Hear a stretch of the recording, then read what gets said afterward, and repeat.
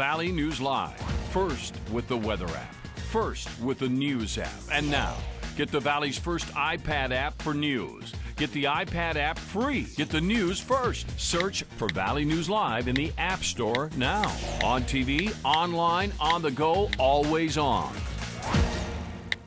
The views expressed on this program are those of the commenters alone. They do not represent the views or opinions of Valley News Live, our parent company, or our advertisers. Welcome back to Point of View at 6:30, where we present all sides of the story, including yours. Tonight, a closer look at Fargo's DUI numbers. The city set a record last year, and the police chief is obviously very concerned about it. In the hot box this evening, Chief Keith Ternes looks for solutions. With AM 1100 The Flags, Chris Berg. Good evening. Tonight in the Hot Box, Fargo Police Chief Keith Ternes joins me. Keith, thanks for being with me tonight in the Hot Box. Thanks for having me. You recently talked about some records that we've broken here in Fargo, ones that we don't want to break, a record number of DUI arrests. I had you on my radio show yesterday and said we're on pace in 2012 to do the same thing again this year. What's missing in the message? Why is this number continuing to increase? Well, that's an excellent question, Chris, and one which I'm desperately searching for the answer to. You're right. We did make a record number of arrests last year for impaired driving. And although the good news in that is that we were able to remove that many impaired drivers from the city streets before they had an opportunity to injure or kill somebody, that good news is very short-lived, because the underlying message there is that we do have a significant problem in our community with impaired driving. I really think that the message has to change, because you're right, what we've been delivering, and when I say we, I'm talking about law enforcement, other public safety officials, public health officials. We have to do a much better job of developing a new strategy, a new message, because for the last 30 years, we have basically been asking and begging people, don't drink and drive. Here are the risks. And for whatever reason, that message it's just not resonating with people the way we need it to. So we have to come up with a new message, maybe one that is a little bit more direct, that instead of where we're asking people, I think maybe we need to be a little bit more direct and basically tell people, look, if you drink and drive in our community, here are the consequences. Let's talk about the consequences, because right now, if somebody goes out and they get a first-time offense DUI, what are those consequences? Well, they're going to vary throughout the state of North Dakota, but in the city of Fargo, generally speaking, a first-time offender is probably going to face a fine of somewhere around $300 or $350. I mean, let's be frank, that's kind of a joke, don't you think? Well, it is to some extent, because when you think about the seriousness of this issue, the amount of that fine does seem to be relatively inconsequential. That's not the fault of the judges, because I think they, the offense is generally a Class B misdemeanor, so the judges have some limitations in terms of the penalties they can impose. I think if we really want to get serious about this issue and other traffic issues, I think at some point the legislature has to focus on what the consequences are when you violate the state's traffic laws. And I want to touch more on that in a minute, but first, a lot of people will say, hey, the reason you've got more DUI arrests is because you've lowered it from 0.1 to 0.08. Any truth to that? I don't think so, and here's why. Because as a general rule, when we look back at those 1,100 plus impaired driving arrests we made last year, the average blood alcohol content for those drivers was 0.17 or 0.18. What? So twice the legal limit of 0.08.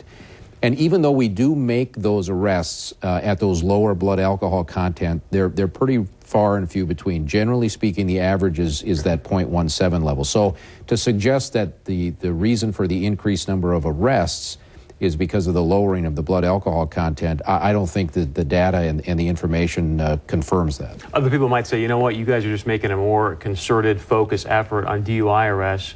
Is that true or false? Well, over the course of the last several years, we certainly have. But we didn't do anything special or different or put any more emphasis on the impaired driving issue in 2011 than we did in 2010. So yes, have we made this a priority within the department the last 3, 4, 5 years? Absolutely. Did we do anything different last year that led to this record number of arrests? Not necessarily. Talk for a moment about sobriety checkpoints. Some people are like, wait a second, these shouldn't be taking place because of my constitutional rights. Your thoughts on the sobriety checkpoints And what are you trying to accomplish with those? Well, the sobriety checkpoint issue is one that I think people have some passion about, because if you're opposed to the checkpoint, you view them as intrusive. You think maybe they should be unconstitutional, that they are an inconvenience for the motorist who isn't impaired.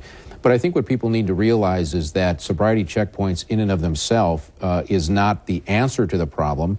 It's a part of the equation, because what they're intended to do is to try and establish some sense of deterrence. In other words, if you know the police are going to be out there having a checkpoint, hopefully it deters people from drinking and driving.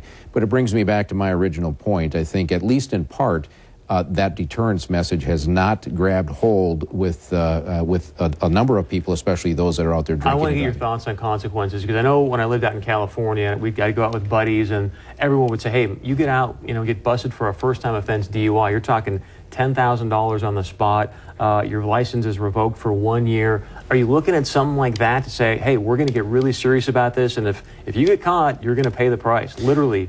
Well, I think that has to be part of the discussion, because, as we talked about, a $300 or a $350 fine is not doing or is not getting us the results we want. Taking somebody's driver's license. There's thousands of people in the state of North Dakota who have had their license suspended, maybe not as a direct result of impaired driving, but taking somebody's license in and of itself is not the answer. So I think there has to be some serious discussion about what the consequences should be relative to impaired driving. That, at least in part, is part of the solution, in my opinion. Keith, thanks for being on Hot Box tonight. I appreciate it. Thanks for having me. Very, very pervasive problem. North Dakota's got the highest DUIs per capita any state in the nation. I wanted to bring this up.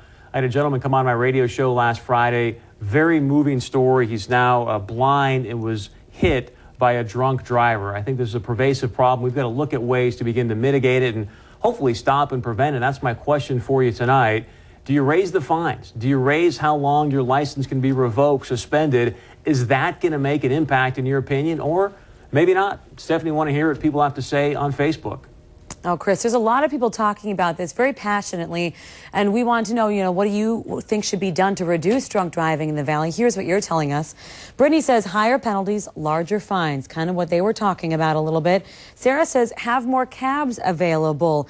Kai says higher penalties and fines, even for the first-time offenders. It's just a slap on the wrist when people get their first one. A lot of people were talking about being proactive, about putting things in place here in Fargo, Moorhead, and the surrounding areas. But Michelle had something totally different. She said, I'm not saying that DUIs and DWIs, they're not a problem, but what about the rapists, child molesters, those sorts of people? Let's figure out a better punishment for them. Maybe those numbers will drop too. But Rob says later mass transit on Friday and Saturday. Lori wants ignition lock boxes for offenders. But Nick just says, bring back prohibition. I don't know if many people would be too excited about that. All right, well, thanks for all of your comments. It's not too late for you to still be talking to us, obviously, through the whole broadcast. You can chat live right now at 630pov.com. Tweet us your comments. Our hashtag is 630pov.